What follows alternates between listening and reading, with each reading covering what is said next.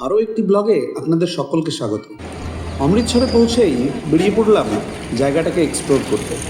আসলে একটা জায়গা পরিবারকে ঘোরাতে হলে আগে থেকেই জায়গাটার সম্বন্ধে কিছু নলেজ থাকাটা অবশ্যই জরুরি। তাই সেই উদ্দেশ্যে দুই ভাই বেরিয়ে পড়েছিলাম। কি সুন্দরভাবে সাজানো একটা শহর। আমরা স্বর্ণ মন্দির থেকে 10 মিনিটের হাঁটা দূরত্বেই ছিলাম। আপনারা যা দেখছেন তা স্বর্ণ মন্দিরে যাবার পথে যে সমস্ত দৃশ্যগুলো তা তুলে ধরার চেষ্টা করলাম আপনাদের সাথে।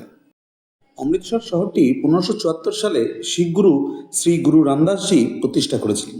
প্রথমত এখানে 32টি দোকান স্থাপিত হয়েছিল। এই রাস্তাটিকে এখনও বাতিশি হাট্টা বলা হয়ে থাকে।